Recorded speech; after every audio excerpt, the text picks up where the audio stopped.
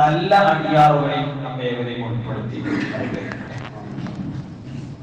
വിശ്വാസികളായ നമ്മെ സംബന്ധിച്ചിടത്തോളം ജീവിതത്തിന്റെ ഉത്തമ മാതൃകയായി നമുക്ക് മുമ്പിൽ നിയുക്തനായിട്ടുള്ള മുഹമ്മദ് നബി സല്ലല്ലാഹു അലൈഹി വസല്ലം,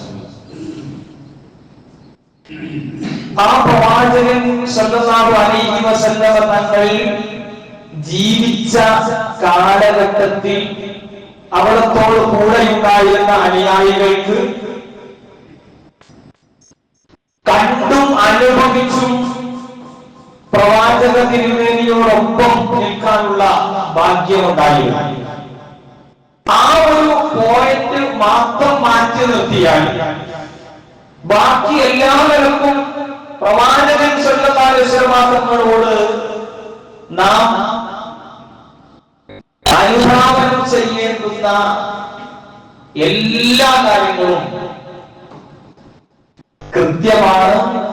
അത് സമാനമായിട്ടുള്ള രൂപത്തിൽ തന്നെയാണ് നടക്കുന്നത്.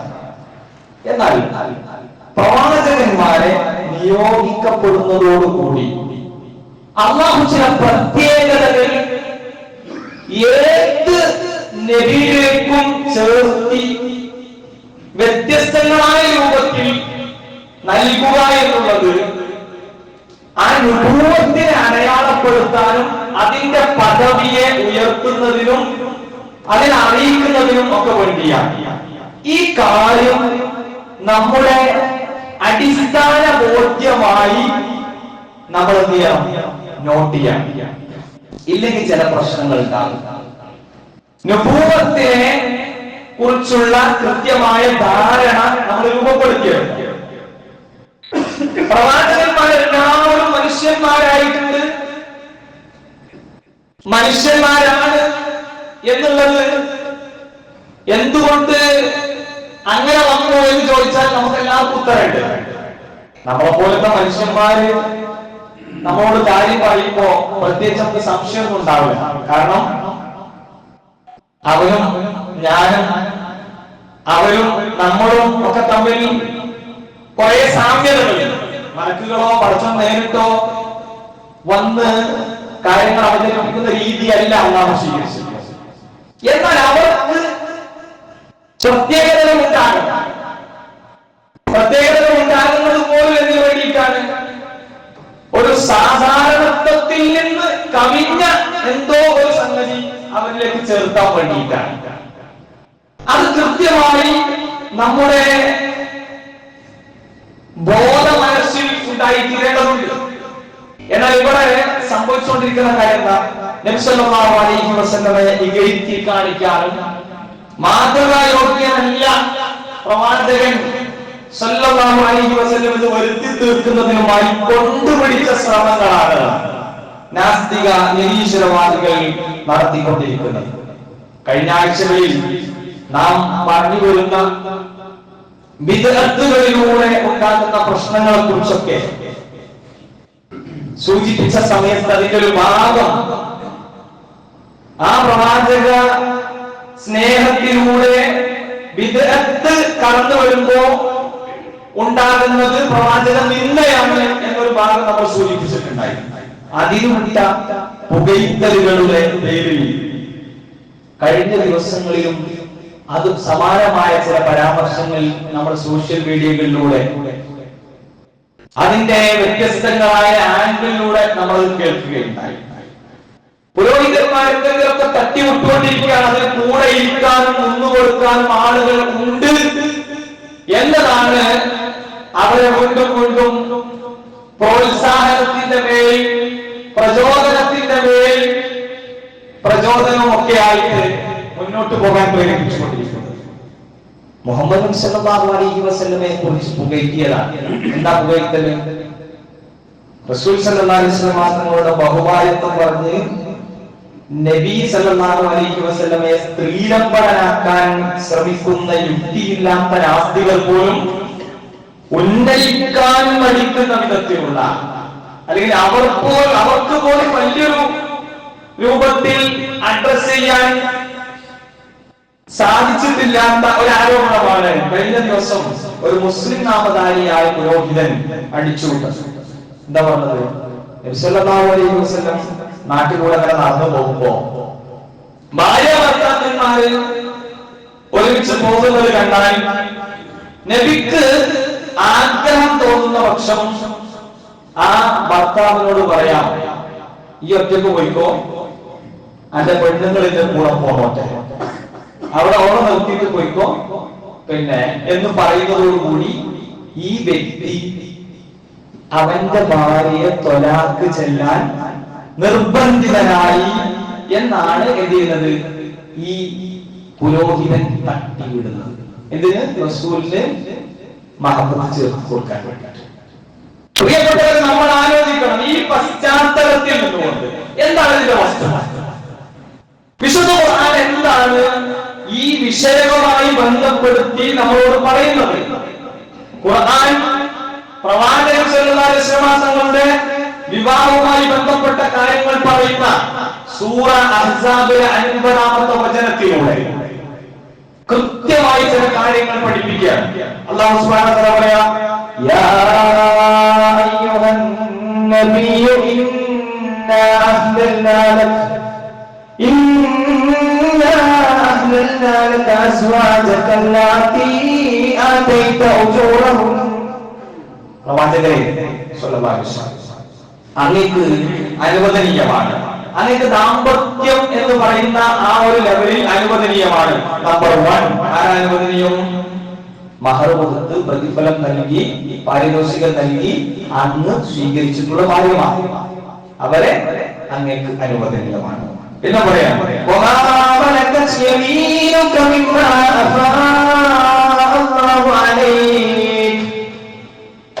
യുദ്ധത്തില് ആയി കിട്ടിയ ആൾക്കാർ, അഥവാ യുദ്ധത്തിൽ ചെറപിടിക്കപ്പെട്ട് അധീനതയിൽ വന്ന അടിമ സ്ത്രീകൾ, ഇൻഷാ അല്ലാഹ് നമ്മൾ അതുമായി ബന്ധപ്പെട്ട കാര്യങ്ങൾ സൂചിപ്പിക്കും. ഇത് പ്രവാചകൻ സല്ലല്ലാഹു അലൈഹി വസല്ലം തങ്ങളെ വിളിച്ചിട്ട് എന്ത് പറയാം?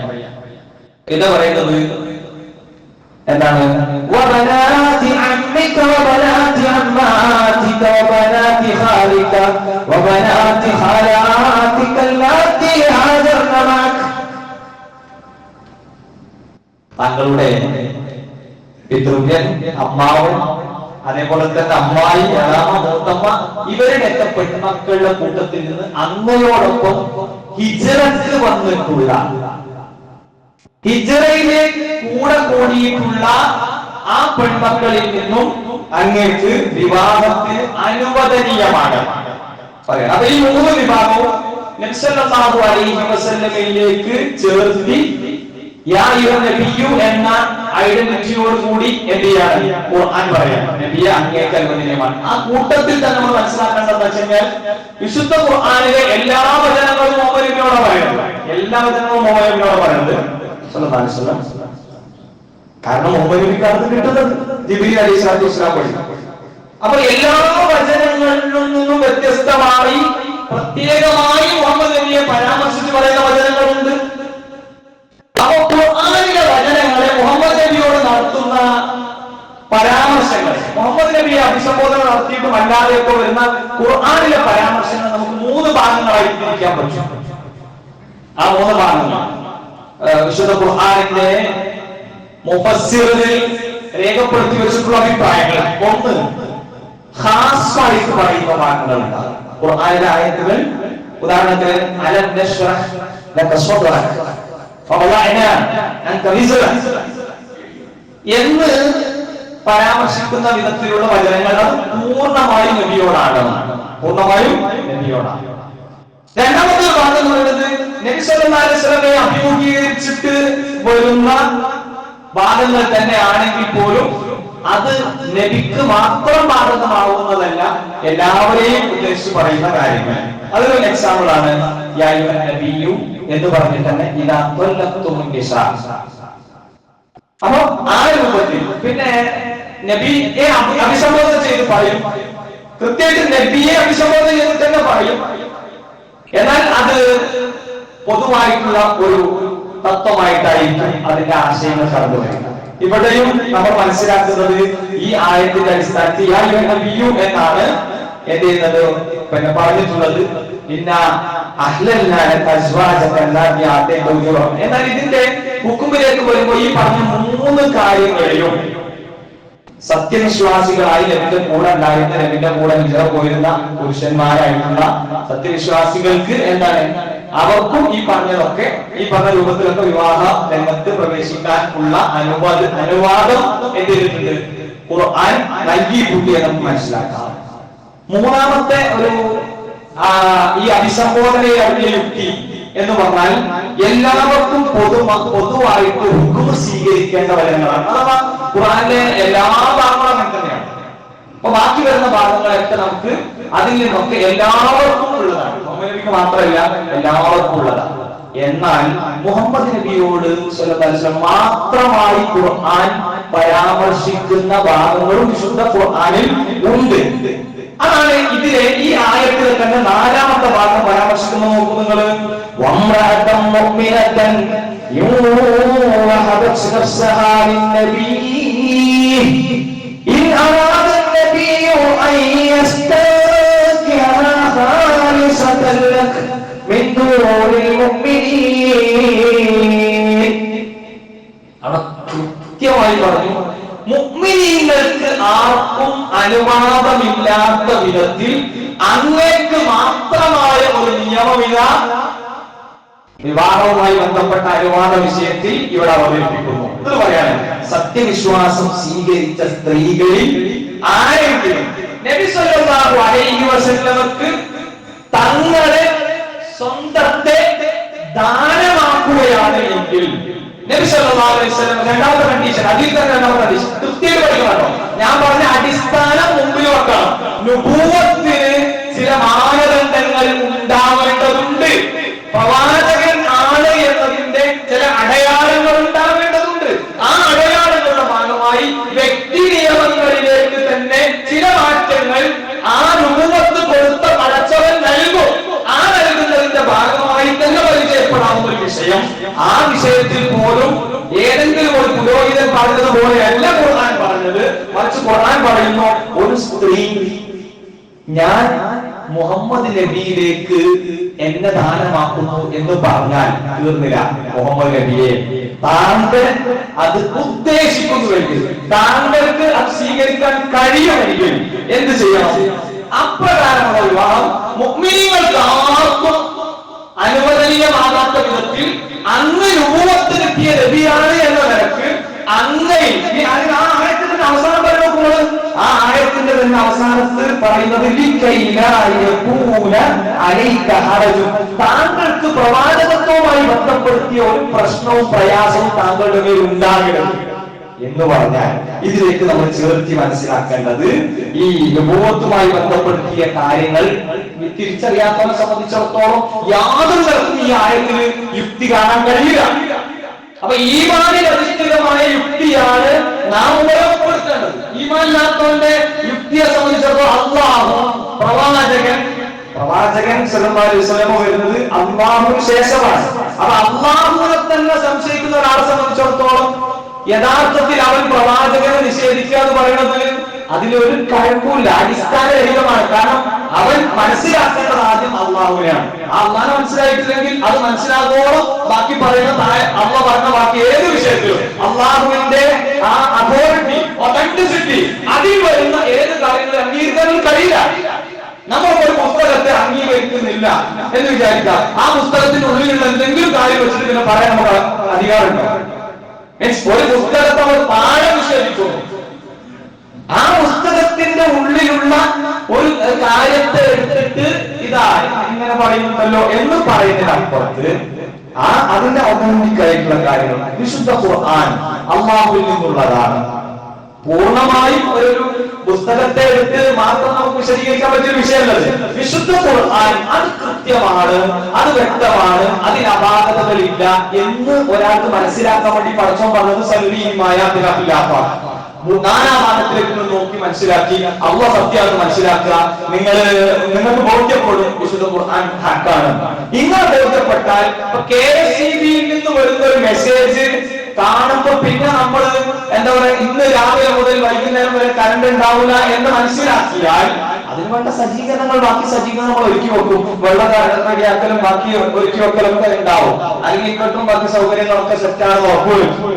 പ്രിയപ്പെട്ടവർ, അതെന്തുകൊണ്ടാണ്? ആ അതോറിറ്റിയിൽ നിന്ന് അത് വന്നുകൊണ്ടാണ്. ഇനി ആ അതോറിറ്റിയിൽ നിന്ന് ഇപ്പോ ഖുർആൻ മാത്രമാണ് നമുക്ക് അങ്ങനെ പെർഫെക്റ്റ് ആയിട്ട് അംഗീകരിക്കാൻ സാധിക്കുന്നത്. ഹദീസുകൾ അതിന്റെ ഭാഗമായി ഉസൂലുൽ ഹദീസിന്റെ പിന്നെ നിദാന ശാസ്ത്രത്തിന്റെ ആ ക്രമീകരണങ്ങൾ പ്രകാരം അനുസരിക്കുന്ന കടഞ്ഞെടുത്തതാണ് നമ്മൾ സ്വീകരിക്കുന്നത്. മറ്റൊരു വിഷയം ഞാൻ പറഞ്ഞത്, ഈ ഖുർആനിലും അല്ലാഹുവിനെ നിഷേധിക്കുന്ന ആൾക്കാരാണ് എന്ത് ചെയ്യുന്നത്? റസൂൽ സല്ലല്ലാഹു അലൈഹി വസല്ലം തങ്ങളുടെ വിമർശനങ്ങൾ ഈ ഖുർആൻ പറഞ്ഞതും എഴുതുന്നതുകൊണ്ട് മറ്റൊരു തരത്തിൽ വ്യാഖ്യാനിച്ചൊപ്പിച്ച് റെഡിയാക്കുന്നത്. അതിൽ യാതൊരു അർത്ഥവുമില്ല എന്ന് നമ്മൾ തിരിച്ചറിയേണ്ടത്. പിന്നെ നബി സല്ലല്ലാഹു അലൈഹി വസല്ലം ദാനം കൊടുക്കാൻ എന്തുകൊണ്ടാണ് ഉദ്ദേശിച്ചത്? അവിടെ ഉണ്ടായിരുന്ന പ്രവാചകൻ സല്ലല്ലാഹു അലൈഹി വസല്ലം തങ്ങളുടെ കൂടെ പിന്നെ കഴിഞ്ഞിരുന്ന സ്ത്രീകളിൽ നിന്ന് കുറച്ച് ആളുകൾക്ക് അങ്ങനെ ചിന്തിക്കാൻ കാരണമാണല്ലോ. ആ കാരണം ഖുർആൻ ബോധ്യപ്പെടുത്തിയിട്ടുണ്ട്. എന്തുകൊണ്ടായിരിക്കും അവരെ അങ്ങനെ ചിന്തിച്ചത്? യാ അയ്യുഹൻ നബിയ്യു എന്ന് പറഞ്ഞ് ഈ ആയത്ത് പരാമർശിക്കുന്നുണ്ടല്ലോ. അതിന്റെ ഭാഗത്ത് പറയുന്നുണ്ടല്ലോ, പിന്നെ നമ്മളിപ്പോ മനസ്സിലാക്കിയതുപോലെ സത്യവിശ്വാസം സ്വീകരിച്ച സ്ത്രീകളിൽ അങ്ങേക്ക് ദാനമാക്കാൻ ഉദ്ദേശിക്കുന്ന സ്ത്രീകളെ അങ്ങേക്ക് വിവാഹം കഴിക്കാം. ഒരു അനുവാദം കൊടുത്തത് എങ്കിൽ ആ അനുവാദം റസൂലിന് കൊടുക്കാൻ ഒരു കാരണമുണ്ട്. കാരണം ഈ അധ്യായത്തിലെ തന്നെ 6ാമത്തെ വചനത്തിൽ പറയുന്നത് അൻ-നബിയ്യു ഔലാ ബിൽ മുഅ്മിനീന മിൻ അൻഫുസിഹിം വഅസ്വാജുഹും ഉമ്മഹാത്തുഹും. പ്രവാചകൻ സല്ലല്ലാഹു അലൈഹി വസല്ലം തങ്ങൾ ഓരോ മുഅ്മിനിന്റെയും ജീവിതത്തിൽ ഔലഹിയത്ത് കൊടുക്കേണ്ട, തന്നെക്കാൾ എനിക്ക് ഇഷ്ടമുള്ള ഒരു വ്യക്തിത്വമായി മാറണം പ്രവാചകൻ സല്ലല്ലാഹു അലൈഹി വസല്ലം. ചേർത്തി പറഞ്ഞു വഅസ്വാജുഹും ഉമ്മഹാത്തുഹും. അവിടുത്തെ ഭാര്യമാർ നമ്മുടെ മാതാക്കളാണ്, മുഅ്മിനീങ്ങളുടെ മൊത്തം മാതാക്കളാണ്. അപ്പോൾ പെണ്ണ് അവിടെ നിന്ന് അവളുടെ ഈമാനിന്റെ പവർ കൊണ്ട് നുബുവത്തിനെ മനസ്സിലാക്കിയതിന്റെ തലങ്ങൾ, അതിന്റെ പദവി അറിഞ്ഞുകൊണ്ട് ആ കാലഘട്ടത്തിൽ റസൂലിന്റെ കൂടെ ജീവിച്ചവർക്ക് ഇടയിൽ നിന്നുകൊണ്ട് അവരാഗ്രഹിച്ചു, എനിക്ക് മുഅ്മിനീങ്ങളുടെ മുഴുവൻ മാതാവാക്കണം എന്ന് ആഗ്രഹിച്ചു. എന്താ തെറ്റ്? ഇത് അറിയാൻ പറഞ്ഞത് ഇവിടെ യുക്തിവാദികളുടെ മുമ്പിൽ നമ്മൾ അവതരിപ്പിക്കുമ്പോൾ അവർക്ക് കുറെ ന്യായങ്ങൾ പറയണ്ടാവും. എന്നാൽ ഈമാനിൽ അധിഷ്ഠിതമായി യുക്തി ആലോചിക്കുന്നവരെ സംബന്ധിച്ചിടത്തോളം ഒരു പ്രശ്നവുമില്ല, വളരെ കൃത്യമായ കാര്യങ്ങൾ. എന്നാൽ ഏതെങ്കിലും അശ്വനിമാരോ അല്ലെങ്കിൽ പുരോഹിതന്മാരോ പറഞ്ഞ വ്യാഖ്യാനമല്ല ഖുർആൻ പറഞ്ഞത്. മറിച്ച് പ്രവാചകരെ അങ്ങയെ ആഗ്രഹിച്ചു വരുന്ന സ്ത്രീകൾ അങ്ങേക്ക് അനുവാദമുള്ളവരാണ്, അങ്ങക്ക് വേണമെങ്കിൽ അവരെ വിവാഹം കഴിക്കാം. എന്തിനാണ്? പിന്നെ താങ്കളുടെ നുബുവത്തിൽ ഒരു പ്രയാസം ഉണ്ടാകരുത്. അവർക്ക് കിട്ടേണ്ട കാര്യം അവർക്ക് കിട്ടാതെ പോകില്ല. അവർക്ക് ആഗ്രഹമുണ്ട് മുഅ്മിനീങ്ങളുടെ മാതാക്കളാകണം എന്ന്. മഹാനായ ഇബ്നു ഹജർ അസ്ഖലാനിയെ പോലെയുള്ള പണ്ഡിതന്മാരെ വിശദീകരിച്ചു. അതേപോലെ തന്നെ ധാരാളം ആയിഷ റളിയല്ലാഹു അൻഹ റിപ്പോർട്ട് ചെയ്ത ഹദീസുകളിൽ നമുക്ക് വിലയിരുത്താൻ കഴിയും. ഇത്തരത്തിൽ നബി സല്ലല്ലാഹു അലൈഹി വസല്ലം സ്വദേഹങ്ങളെ ദാനമാക്കിയ സ്ത്രീകളെ ആരും നബി സല്ലല്ലാഹു അലൈഹി വസല്ലം ദാമ്പത്യത്തിൽ നടക്കേണ്ട നമ്മൾ പ്രധാനമായി കാണുന്ന ഒരു ഭാഗമുണ്ടല്ലോ, ലൈംഗികതയുമായി ബന്ധപ്പെട്ട ഒരു കാര്യം നടത്തിയിട്ടില്ല.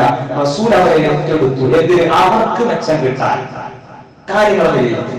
ഈ കോഡ് മനസ്സിലാക്കാതെ നിന്നാൽ നമ്മൾ ഉള്ളിലൊക്കെ ഇടങ്ങാറുണ്ടാവും. എന്താ ഇങ്ങനെ ആ ഇടങ്ങാറ് ഇനി ഉണ്ടാകരുത് എന്നാണ് പറയുന്നത്. അപ്പൊ ഏത് പരീക്ഷണങ്ങളും ഏത് വിധത്തിലുള്ള കൂരമ്പുകൾ നമ്മുടെ മുമ്പിലേക്ക് വരുമ്പോ ഇല്ല, എന്റെ പ്രവാചകനെ അടിലോയിക്കരിക്കാൻ ആ പ്രവാചകനിൽ മാത്രമേ ഇല്ലെന്ന് പറയാൻ ഞാൻ സമ്മതിക്കുകയില്ല എന്ന് എന്റെ മനസ്സിലുറപ്പുവാണ്.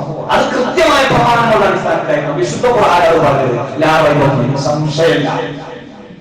എന്നാൽ ഇതിന്റെ അപ്പുറത്ത് വേറെ ഏതെങ്കിലും ഇതിനെ എതിർക്കപ്പെടുന്ന ഏതെങ്കിലും വാദഗതികൾ ഏതെങ്കിലും കിതാബിലുണ്ടോ? തട്ടി മാറ്റാം. അത് നമുക്ക് സ്വീകരിക്കാൻ നമുക്ക് ബാധ്യതല്ല എന്നുകൂടി ചേർത്ത് വായിക്കണമെന്ന് വിനീതമായി അറിയിക്കുകയാണ്. പ്രിയപ്പെട്ടവരെ, നമ്മളെ സംബന്ധിച്ചിടത്തോളം വളരെ കൃത്യമായ ധാരണയോട് കൂടിയിട്ടുള്ള ഒരു മുന്നോട്ട് പോകലാണ് നമുക്ക് ആവശ്യം എന്നുകൂടി ചേർത്ത് കൊടുക്കുകയാണ്. നോക്കുന്നത് റസൂൽ സല്ലല്ലാഹു അലൈഹി വസല്ലം തങ്ങളിൽ നമുക്ക് എല്ലാ വിഷയത്തിലും മാതൃകയുണ്ട്. എന്നാൽ പ്രവാചകൻ സല്ലല്ലാഹു അലൈഹി വസല്ലം തങ്ങളുടെ വിവാഹത്തിൽ മാതൃകയില്ല. അങ്ങനെയാണോ? അല്ല. പ്രവാചകൻ സല്ലല്ലാഹു അലൈഹി വസല്ലം തങ്ങളുടെ വിവാഹത്തെ പറ്റി പഠിക്കുമ്പോൾ നമ്മൾ ആലോചിക്കേണ്ടത് ഇന്ന് ഉന്നയിക്കുന്ന വിമർശനങ്ങൾക്ക് എത്ര കാലവ്യാപ്തിയുണ്ട്. വിമർശനങ്ങളുടെ രീതിശാസ്ത്രം എന്താണ്? ഞാൻ എന്റെ വാപ്പാനെ വിമർശിക്കുമ്പോ പോലും ആ വാപ്പാനെ വിമർശിക്കുന്നതിന്റെ ഒരു രീതി ശാസ്ത്രമല്ലോ. ഞാനൊരു എക്സാമ്പിൾ പറഞ്ഞാൽ, എന്റെ വേണ്ടപ്പെട്ട ആൾക്കാരെ ഞാൻ വിമർശിക്കുന്നുണ്ടെങ്കിൽ ആ വിമർശനത്തിന്റെ ആ ക്രെഡിബിലിറ്റി നിലനിർത്തുന്ന വിധത്തിലായിരിക്കും. വിമർശനത്തിന്റെ ക്രെഡിബിലിറ്റി എങ്ങനെ വരുന്നത്? റസൂൽ സല്ലല്ലാഹു അലൈഹി വസല്ലം തങ്ങളുടെ വിവാഹത്തിൽ വിമർശിക്കാം. ആർക്ക്? റസൂലിന്റെ കൂടെ ജീവിച്ച ആൾക്കാർ. അങ്ങനെ റസൂലിന്റെ കൂടെ ജീവിച്ച ആൾക്കാർ വിമർശിച്ചത് എന്താണെന്ന് ഖുർആൻ പറയുന്നത്. അത് പിന്നീട് വന്നിട്ടുള്ള ചരിത്രകാരന്മാരെ രേഖപ്പെടുത്തി വെച്ചിട്ടുണ്ട്. എന്തൊക്കെയാണ് വിമർശനം? റസൂല് മസ്ഹൂറായിരുന്നു, സിഹിർ ബാധിക്കപ്പെട്ടവരായിരുന്നു എന്ന് വിമർശിക്കപ്പെട്ടിട്ടുണ്ട്. റസൂല് കവിയായിരുന്നു എന്ന് വിമർശിക്കപ്പെട്ടിട്ടുണ്ട്. ഇങ്ങനെ ഭ്രാന്തരായിരുന്നു, മജ്നൂനായിരുന്നു എന്നൊക്കെ തുടങ്ങിയിട്ടുള്ള വിമർശനങ്ങൾ റസൂലിന് ഉണ്ടായിട്ടുണ്ട്. അപ്പോ അവരൊക്കെ വാലിമീങ്ങളാണ് എന്ന് ഖുർആൻ പറഞ്ഞിട്ടുണ്ട്. അസ്ഹൂറായിട്ടുള്ള ഒരു പ്രവാചകനെ അല്ലാതെ നിങ്ങൾ പിന്തുടരുന്നില്ല. നമുക്കത് വേറെ ചർച്ചയാക്കേണ്ട ഒരു ഭാഗമാണ് ഇൻഷാ അല്ലാഹ് പിന്നീട് സംസാരിക്കാം. അപ്പോ ഇവിടെ നമ്മൾ മനസ്സിലാക്കേണ്ട കാര്യം എന്താ വെച്ചാൽ, ഇങ്ങനെയൊക്കെ പ്രവാചകൻ തങ്ങളെ വിമർശിച്ച ആളുകൾ അവരൊരു വാദത്തിന് പോലും ഉന്നയിക്കാത്ത കാര്യമാണ് റസൂല് ബഹുമാനം സ്വീകരിച്ചു എന്നത്. റസൂലിന്റെ ഭാര്യമാരുടെ എണ്ണത്തെ പറ്റിയിട്ട് അവർക്ക് വിമർശനം ഉണ്ടായിട്ടില്ല. അവർ ആ കാലഘട്ടത്തിലേക്ക് ചേർത്തുകൂടി വായിക്കേണ്ട സംഗതിയാണ്. 16-ാം നൂറ്റാണ്ട് മുതൽ ഇങ്ങോട്ടാണ് പിന്നീട് ഈ റസൂലിന്റെ വിവാഹം ഒരു മോട്ടറാക്കാൻ പറ്റിയ വിഷയമാണെന്ന് വിലയിരുത്തുകയും അതിന്റെ അടിസ്ഥാനത്തിൽ എവിടെയെങ്കിലും പഴുതു കിട്ടണമല്ലോ ഈ റോൾ മോഡൽ ഇല്ലാതെക്കാൻ. അപ്പൊ പ്രവാചകൻ സല്ലല്ലാഹു അലൈഹി വസല്ലം തങ്ങളുടെ വൈവാഹിക ജീവിതം നമ്മൾ മനസ്സിലാക്കേണ്ടത്, ഇനി വിമർശനങ്ങൾ ഉണ്ടോ ഇല്ലോ, നമ്മൾ മനസ്സിലാക്കേണ്ട ഒരു തലം എന്താണെന്ന് വെച്ച് കഴിഞ്ഞാൽ അതിന് ചില ലക്ഷ്യങ്ങൾ പടച്ചോൻ നിശ്ചയിച്ചിട്ടുണ്ട്. ഇനി ഒറ്റ വിവാഹത്തെ പറ്റി പറഞ്ഞാൽ മതി. റസൂൽ ആദ്യത്തെ വിവാഹം കഴിക്കുന്നത് സാധാരണ നോർമൽ ഏജിലാണ്, 25-ാമത്തെ വയസ്സ്. ആ 25 മുതൽ തുടങ്ങി ഏതാണ്ട് ഒരു 10-30 വർഷക്കാലം റസൂൽ രണ്ടാമത്തെ വിവാഹം കിട്ടാത്തോണ്ട് കഴിച്ചില്ലാന്നുള്ളതല്ല, കിട്ടുവായിരുന്നിട്ടും കുറെ ആൾക്കാർ കെട്ടിയിട്ടും റസൂൽ സല്ലല്ലാഹു അലൈഹി വസല്ലം തങ്ങൾ കെട്ടിയില്ല എങ്കിൽ അതിന്റെ പിന്നിൽ ഉള്ള ചില കാര്യങ്ങളും ഖദീജ റളിയല്ലാഹു അൻഹ മരിച്ചിട്ടില്ല എന്നതാണ് അതുവരെ ഉണ്ടായിരുന്ന റീസൺ. പിന്നെ ഹിജ്റക്ക് ശേഷം റസൂലിന്റെ വിവാഹങ്ങൾ ഓരോന്നും വിവിധങ്ങളായ ലക്ഷ്യങ്ങളിലേക്കാണ്. മറ്റവസരങ്ങളിലെ ലക്ഷ്യങ്ങളുടെ ആ വിശാലമായ കാഴ്ചപ്പാടുകളെ കുറിച്ചൊക്കെ നമുക്ക് പിന്നീട് പറയാം. ഞാൻ എന്നിരുന്നാലും ഓർത്തു വെക്കാൻ, നമുക്ക് പഠിക്കാൻ ചില സൂചനകൾ മാത്രം നൽകാം. ഒന്ന്, അടിസ്ഥാനപരമായി റസൂലിന്റെ മൊത്തം വിവാഹങ്ങൾ കാൽക്കുലേറ്റ് ചെയ്ത് നോക്കുകയാണെങ്കിൽ അതിന്റെ ബേസ് അള്ളാഹുവിന്റെ നിർദ്ദേശം ഉണ്ട് എന്നതാണ് ഒന്ന്. രണ്ടാമത്തെ കാര്യം, റസൂൽ സല്ലല്ലാഹു അലൈഹി വസല്ലം തങ്ങൾ ലൈംഗികതയെ സ്ത്രീയമ്പടമെന്ന് വ്യാഖ്യാനിക്കാൻ പറ്റുന്ന ഒരു ആശയവും നടപ്പിലാക്കാൻ വേണ്ടി ആയിരുന്നില്ല എന്നതാണ്. മൂന്ന്, സംരക്ഷണം ഏറ്റെടുക്കുക എന്നതായിരുന്നു. ഇപ്പോ പല യുദ്ധങ്ങളും നടന്നു. ഇസ്ലാമിക ചരിത്രത്തിൽ ഹിജ്റയ്ക്ക് ശേഷം കുറെ യുദ്ധങ്ങളൊക്കെ നടന്നല്ലോ. ഈ യുദ്ധങ്ങൾ നടക്കുമ്പോ സ്വാഭാവികമായിട്ടും ഇസ്ലാമിക വ്യാപനം ഉണ്ടാകുമ്പോ അവിടെ സംഭവിക്കുന്ന കാര്യം എന്താണ്? ഭാര്യ ഭർത്താവും ആയിട്ട് ജീവിച്ചുകൊണ്ടിരിക്കുന്ന ആൾക്കാർ മാത്രം ഇസ്ലാമിലേക്ക് ഒരു ഓരോ വാർത്തയും ബാക്കി കുടുംബക്കാരൊക്കെ ഒക്കെതിരായിരിക്കും. പിന്നെ വരിക സ്വത്തും സമ്പാദ്യങ്ങളും ഒക്കെ ഒഴിവാക്കിയിട്ട് വരിക. ആലോചിക്കണം പ്രിയപ്പെട്ടവരെ, നമ്മൾ എന്തെങ്കിലും പറയുമ്പോൾ ഈ മനസ്സ് മടുക്കല്ലോ പണ്ടത്, മറിച്ച് അതിൽ എന്താണ് ആ കാലഘട്ടത്തിൽ അതിന്റെ ഹിസ്റ്റോറിക്കൽ ബാക്ക്ഗ്രൗണ്ട് എന്താണ് എന്നറിയാതെ നമ്മൾ സംസാരിക്കാൻ പാടില്ല.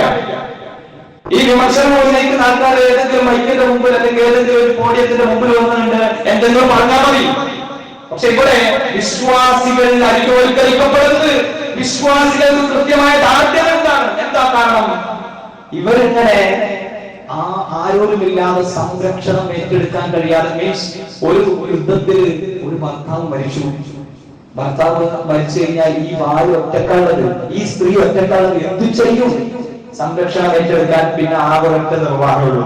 ഈ ഇസ്ലാമിനകത്ത് നിന്ന് മുന്നോട്ട് പോകാൻ, ഈമാനോടുകൂടി മരിക്കാൻ പിന്നെ വേണ്ട ഒരു സംരക്ഷണം എന്നവർക്ക് വേണ്ട എന്താ? അവിടെ ഇണയെ സ്വീകരിക്കണം. ആ ഇണയെ സ്വീകരിക്കാൻ ഒരു നിയമം ഉണ്ടാകണം. ആ നിയമം ഉണ്ടാകുമ്പോൾ എന്താ സംഭവിക്കുന്നത്? സ്വാഭാവികമായിട്ടും അവിടെ ആ നിയമത്തിന്റെ മുമ്പിൽ മാതൃക കാണിച്ചു കൊടുക്കേണ്ട പ്രവാചകൻ അത് ചില സന്ദർഭങ്ങളിൽ റസൂലിന്റെ വിവാഹം കഴിക്കേണ്ടി വരും എന്നാലും നിർദ്ദേശപ്രകാരം. അതോടൊപ്പം തന്നെ മുസ്ലിങ്ങൾക്കും അത് ഹലാലാണ്. ഈ അടിമകൾ എന്ന് പറയുന്ന സംഗതി അത് യഥാർത്ഥത്തിൽ വിവാഹം തന്നെയാണ്. പക്ഷെ അടിമകൾ തന്നെ ആരോരുമില്ലാത്ത ആൾക്കാർക്ക് വാപ്പിയുമായി വലിയും ഒക്കെ കൂട്ടിക്കൊണ്ടുവന്നാൽ മഹർ കൊടുത്താൽ ഈ രൂപത്തിൽ എന്തെങ്കിലുമൊക്കെ ചെയ്തിട്ട് നമുക്കൊരു വിവാഹത്തിന്റെ സെറ്റപ്പ് അഥവാ വിവാഹം എന്ന കൺസെപ്റ്റ് അതിന്റെ ടെർമിനോളജിയിൽ നിന്നുകൊണ്ട് അതിനെ മാത്രം മാറ്റി വെച്ചുകൊണ്ട് വിവാഹത്തിനോട് നടക്കുന്ന കാര്യങ്ങളൊക്കെ അവിടെ നടക്കുന്നു. ഇത്തരം അടിമകളുമായി ബന്ധപ്പെട്ട കാര്യത്തിൽ അവിടെ എന്താ ഉദ്ദേശിക്കുന്നത്? അടിമ മോചനമാണ്. അന്ന് അടിമകളുണ്ട്, ഇന്ന് അടിമകളില്ല. അതായത് പ്രത്യേകത. അത് ആ അനുവാദത്തിലൂടെ ഒരു സമുദായം, ഒരു സമൂഹം ഒന്നടങ്കം വലിയ സംസ്കരണത്തിന്റെ പാതയിലേക്കാണ് കടന്നുപോയി. അപ്പൊ നമ്മൾ ഏറ്റവും വലുതായി കെട്ടുന്ന സ്ഥാനത്ത് ഇങ്ങനെ ഒരു പോസിറ്റീവായ വശമുണ്ട് എന്ന് മനസ്സിലാക്കി ചിന്തിക്കാനും ഇത് പകർന്നു കൊടുക്കാനും ഈ അടിസ്ഥാന തത്വങ്ങൾ പകർന്നു കൊടുക്കാനും നമുക്ക് സാധിക്കുമ്പോൾ പ്രിയപ്പെട്ടവരെ, അവിടെ നമ്മുടെ ജീവിതത്തിൽ ആത്യന്തികമായ മാറ്റങ്ങൾ കൊണ്ടുവരാൻ, നമ്മുടെ ഈമാനിനെ പിടിച്ചു വെക്കാനും ഈമാനോടുകൂടി കഴിക്കാനും സാധിക്കും. അല്ലാഹു സുബ്ഹാനഹു വ തആല അത്തരത്തിലുള്ള നല്ല മുഅ്മിനീങ്ങൾ നമ്മെ ഉൾപ്പെടുത്തി അനുഗ്രഹിക്കണം.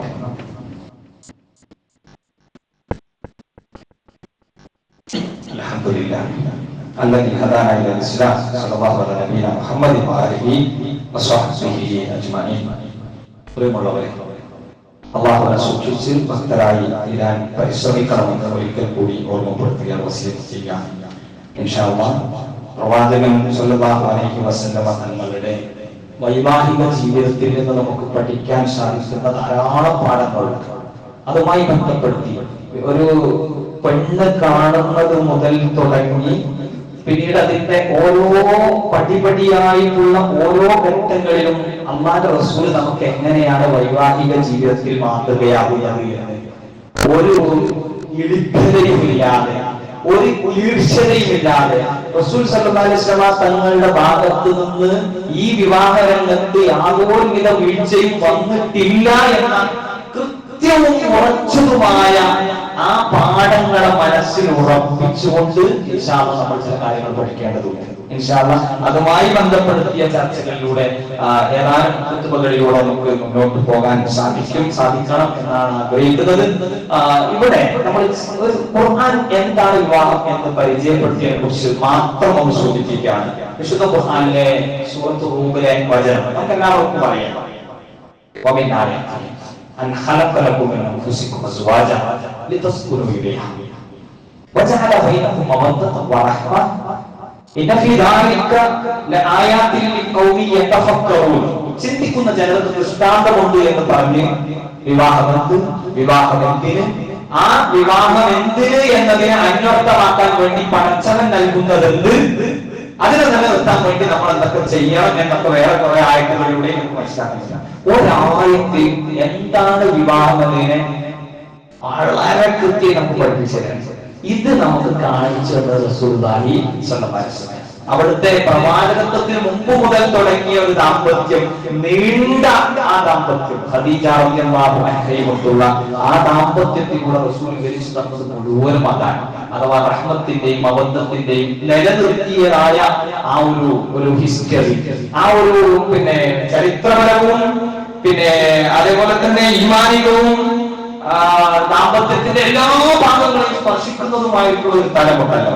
എന്തൊക്കെ ഉമ്മയാകേണ്ടവർക്ക് ഉമ്മയായവൾ, സഹോദരിയാവേണ്ടവർക്ക് അങ്ങനെയായവൾ, ഭാര്യയാവേണ്ടവർക്ക് അങ്ങനെയായവൾ, എല്ലാ നിലക്കും എല്ലാം ഒറ്റപ്പെട്ടു നിൽക്കുന്ന സമയത്താണ് റസൂലിനെ ഇങ്ങനെ ഇണയായി തുണയായി ഖദീജ റളിയല്ലാഹു അൻഹ വന്നത്. ആ ഖദീജ റളിയല്ലാഹു അൻഹ മരണപ്പെട്ട വർഷമാണ് ചരിത്രത്തിൽ ആമുൽ ഹുസ്ൻ എന്ന് രേഖപ്പെടുത്തപ്പെട്ടത്. പ്രിയപ്പെട്ടവരെ, നമുക്ക് ആലോചിക്കാൻ ചിന്തിക്കാൻ ഒരുപാട് കാര്യങ്ങളുണ്ട്. വിമർശനങ്ങളും ഉയരട്ടെ. ആ വിമർശനങ്ങൾക്കനുസരിച്ച് നമ്മുടെ പ്രവാചകൻ സ്വല്ലല്ലാഹു അലൈഹി വസല്ലം ഉയർന്നേൽക്കൂ എന്ന് നമുക്ക് കാണിച്ചു കൊടുക്കാൻ സാധിക്കേണ്ടതുണ്ട് നമ്മുടെ ജീവിതത്തിലൂടെ. അതെ, ആ നിങ്ങൾ വിമർശിക്കുന്ന ബഹുമാനത്വം സ്വീകരിച്ച പ്രവാചകൻ ഉണ്ടല്ലോ, ആ പ്രവാചകനിൽ നിന്നാണ് ഞാൻ ഒറ്റ ഭാര്യയുമായി കഴിഞ്ഞുകൂടാനുള്ള തെളിവ് പിടിച്ചത്. നീതിയോടുകൂടി എനിക്ക് നിലനിർത്താൻ കഴിയില്ല എന്ന് ഞാൻ മനസ്സിലാക്കിയത്. അതുകൊണ്ട് ഞാൻ രണ്ടാമത്തേലും മൂന്നാമത്തേലും 4 വരെ ഒരു മുഅ്മിനിന് പോകാമെങ്കിലും ഞാൻ നിർത്തിയത് അതുകൊണ്ടാണ്. അതിന്റെ അർത്ഥം ഇത് ഞാൻ ഒന്നേ പാടുള്ളൂ എന്ന് പറയുന്ന ഒരു സംസാരമല്ലോ. നമ്മൾക്ക് ചില പാഠങ്ങൾ, അടിസ്ഥാനങ്ങൾ അല്ലാഹുവിന്റെ റസൂലിന് കിട്ടണം. ആ റസൂലിൽ നിന്ന് നമുക്ക് കിട്ടുമ്പോ പ്രിയപ്പെട്ടവരെ നമ്മുടെ ജീവിതം സംക്ഷിപ്തമാകും. ഞാൻ എന്തുകൊണ്ട് മറ്റൊരു സ്ത്രീയെ സമീപിക്കുന്നില്ല? എന്റെ റസൂലിനെ പഠിപ്പിച്ചത് അങ്ങനെയല്ല. ആരങ്ങനെ ആണ് റസൂൽ അങ്ങനെ ആയിട്ടല്ലോ നമ്മള് റസൂൽ സ്ത്രീകമ്പടനായ റസൂൽ എന്ന് പറയാൻ ശ്രമിച്ചാലും അവർക്കൊന്നും എന്റെ അക്കൗണ്ടിൽ ദീനിന്റെ അക്കൗണ്ടിൽ അവർക്കൊന്നും ഒരു സ്ഥാനവുമില്ല. സമ്പൂജ്യമാണ്. അത് ഏത് പുരോഹിതനായിരുന്നാലും ശരി വളരെ കൃത്യമായി നമ്മൾ എതിർക്കുകയും പേറ്റൊട്ടിക്കുകയും ചെയ്യും എന്ന കാര്യത്തിൽ യാതൊരു തർക്കമല്ല. അല്ലാഹു സുബ്ഹാനഹു വ തആല പ്രവാചകൻ സല്ലല്ലാഹു അലൈഹി വസല്ലം തങ്ങളെ ജീവിതത്തിൽ അനുധാവനം ചെയ്യുന്ന എല്ലാ നിലക്കും അവിടെ നിന്ന് സ്വീകരിക്കേണ്ട മാർഗങ്ങളെ സ്വീകരിക്കുന്ന നല്ല മക്കളിൽ നമ്മെ ഉൾപ്പെടുത്തി അനുഗ്രഹിക്കുമാറാവട്ടെ. പ്രിയപ്പെട്ടവരെ, നമ്മുടെ ഇന്നത്തെ പള്ളിയിൽ നടക്കുന്ന കളക്ഷൻ സാമൂഹ്യക്ഷേമ പ്രവർത്തനങ്ങൾക്ക് വേണ്ടിയുള്ളതാണ്. എല്ലാവരും സജീവമായി സഹകരിക്കണം എന്ന് പ്രത്യേകമായി ഓർമ്മപ്പെടുത്തുകയാണ്. നമ്മുടെ നാട്ടിൽ നിരാലംബരായിട്ടുള്ള ഒരുപാട് രോഗികളുണ്ട്, പ്രയാസപ്പെടുന്ന ഒരുപാട് പ്രശ്നങ്ങൾ അനുഭവിക്കുന്ന ഒരുപാട് ആളുകളുണ്ട്, സംവിധാനങ്ങളുണ്ട്. അതിലേക്കൊക്കെ നമ്മുടെ സഹായങ്ങൾ എത്തിക്കാൻ സാധിക്കുക എന്ന് പറയുന്നത് അത്യാവശ്യമാണ്. എല്ലാ നിലക്കും എല്ലാവരുടെയും സഹകരണങ്ങൾ പ്രത്യേകമായി ആവശ്യപ്പെടുകയാണ്. നമ്മൾ ചെയ്യുന്ന ചെറുതും വലുതുമായ ഓരോ സൽക്കർമ്മങ്ങളും നമ്മൾ സ്വീകരിച്ച് അനുഗ്രഹിക്കുമാറാവട്ടെ. റഹ്മാൻ റഹീമായ റബ്ബേ, നമ്മുടെ കൂട്ടത്തിൽ നിന്ന് മരണപ്പെട്ടു പോയിട്ടുള്ള ബന്ധുമിത്രാദികൾ, ഗുരുനാഥന്മാർ, ആദർശ ബന്ധുക്കൾ എല്ലാവർക്കും മഗ്ഫിറത്തും റഹ്മത്തും പ്രദാനം ചെയ്ത് അനുഗ്രഹിക്കണേ നാഥ. അല്ലാഹുവേ, അവരെയും ഞങ്ങളെയും നിന്റെ ജന്നാത്തിൽ ഫിർദൗസ് ഒരുമിച്ച് കൂടി അനുഗ്രഹിക്കണേ നാഥ.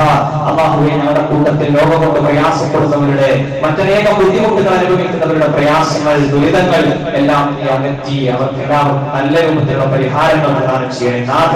അല്ലാഹുമ്മ ഗ്ഫിർ ലിൽ മുഅ്മിനീന വൽ മുഅ്മിനാത്ത് വൽ മുസ്ലിമീന വൽ മുസ്ലിമാത്ത് അൽഅഹ്യാഇ മിൻഹും വൽ അംവാത്ത് ഇന്നക മുജീബു ദഅവാതി യാ ഖാദിൽ ഹാജാത്ത്. اللهم اجرنا من النار، اللهم اجرنا من النار، اللهم اجرنا من النار. ربنا اصرف عنا عذاب جهنم ان عذابها كان غراما انها ساءت مستقرا ومقاما. ربنا هب لنا من ازواجنا وذرياتنا قرة اعين واجعلنا للمتقين اماما. اللهم يا مقلب القلوب ثبت قلوبنا على دينك. اللهم يا مصرف القلوب صرف قلوبنا على طاعتك. اللهم اجعلنا من المتواضعين ولا تجعلنا من المتكبرين. ربنا اتنا في الدنيا حسنه وفي الاخره حسنه وقنا عذاب النار. ربنا تقبل منا انك انت السميع العليم وتب علينا انك انت التواب الرحيم واغفر لنا يا غافر الذنوب. امين برحمتك يا ارحم الراحمين. صلى الله على نبينا محمد وعلى اله وصحبه اجمعين.